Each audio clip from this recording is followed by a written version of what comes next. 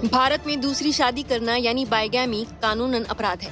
भारतीय न्याय संहिता 2023 की धारा 82 के तहत अगर कोई व्यक्ति अपनी पहली वैध शादी के रहते दूसरी शादी करता है तो उसे 7 साल तक की जेल या जुर्माना या दोनों की सजा हो सकती है। वहीं हिंदू विवाह अधिनियम 1955 की धारा 5 और धारा 11 के अनुसार हिंदू धर्म में एक से अधिक शादी प्रतिबंधित है। यदि किसी हिंदू ने पहली पत्नी के रहते दूसरी शादी की तो वो शादी अवैध यानी वॉइड मानी जाएगी। अब सवाल ये उठता है, जब कानून बाइगैमी को अपराध मानता है तो फिर महाराष्ट्र के शिवसेना विधायक राजेंद्र गावित, जिनकी 2 पत्नियां हैं, उनकी विधायकी पर क्यों नहीं गिरी गाज? जवाब है ईमानदारी से दी गई जानकारी और जनजातीय कानूनों का अपवाद। दरअसल गावित भील समुदाय से हैं, जिसके कारण उन पर BNS और हिंदू मैरिज एक्ट दोनों ही लागू नहीं होते।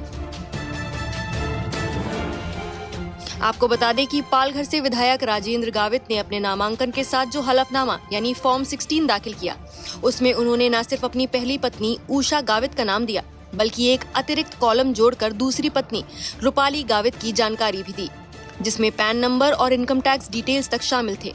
इस पर सामाजिक कार्यकर्ता सुधीर जैन ने बॉम्बे हाई कोर्ट में याचिका दाखिल कर कहा, हिंदू विवाह अधिनियम के तहत दूसरी शादी अमान्य है। चुनावी फॉर्म 26 में कॉलम जोड़ना नियमों का उल्लंघन है।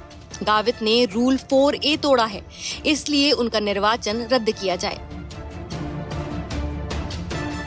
गावित के वकील ने कोर्ट में कहा, विधायक ने कुछ नहीं छुपाया बल्कि पूरी पारदर्शिता बरती। फॉर्म में कॉलम जोड़ा ताकि सच्ची जानकारी दी जा सके। और सबसे अहम बात, गावित भील जनजाति से हैं और उनके समुदाय में बहुविवाह को सामाजिक मान्यता प्राप्त है। इसलिए हिंदू विवाह अधिनियम की धारा 2 जो हिंदुओं पर लागू होती है, जनजातियों पर सीधे लागू नहीं होती। जस्टिस संदीप मार्ने की एकल पीठ ने दोनों पक्षों की दलीलें सुनी और कहा, यदि कोई उम्मीदवार अपनी दूसरी पत्नी की जानकारी भी स्पष्ट रूप से देता है तो वो चुनावी नियमों का उल्लंघन नहीं करता। फॉर्म में अतिरिक्त कॉलम जोड़ना पारदर्शिता को दर्शाता है, न कि धोखाधड़ी को। फॉर्म में कॉलम जोड़कर सही जानकारी देना चुनाव रद्द करने का आधार नहीं बन सकता। हालांकि अदालत ने गावित को राहत दी है, लेकिन ये साफ है कि अब बहुविवाह यानी बाइगैमी कानून के दायरे में है। भारतीय न्याय संहिता 2023 की धारा 82 के तहत अगर कोई भी व्यक्ति अपनी पहली शादी के रहते जानबूझकर दूसरी शादी करता है तो वो अपराधी माना जाएगा, जब तक वो जनजातीय अपवाद या कानूनी मान्यता प्राप्त धार्मिक प्रथा के अंतर्गत न आता हो। इस पूरे मामले में आपकी क्या राय है, हमें कमेंट करके बताएं।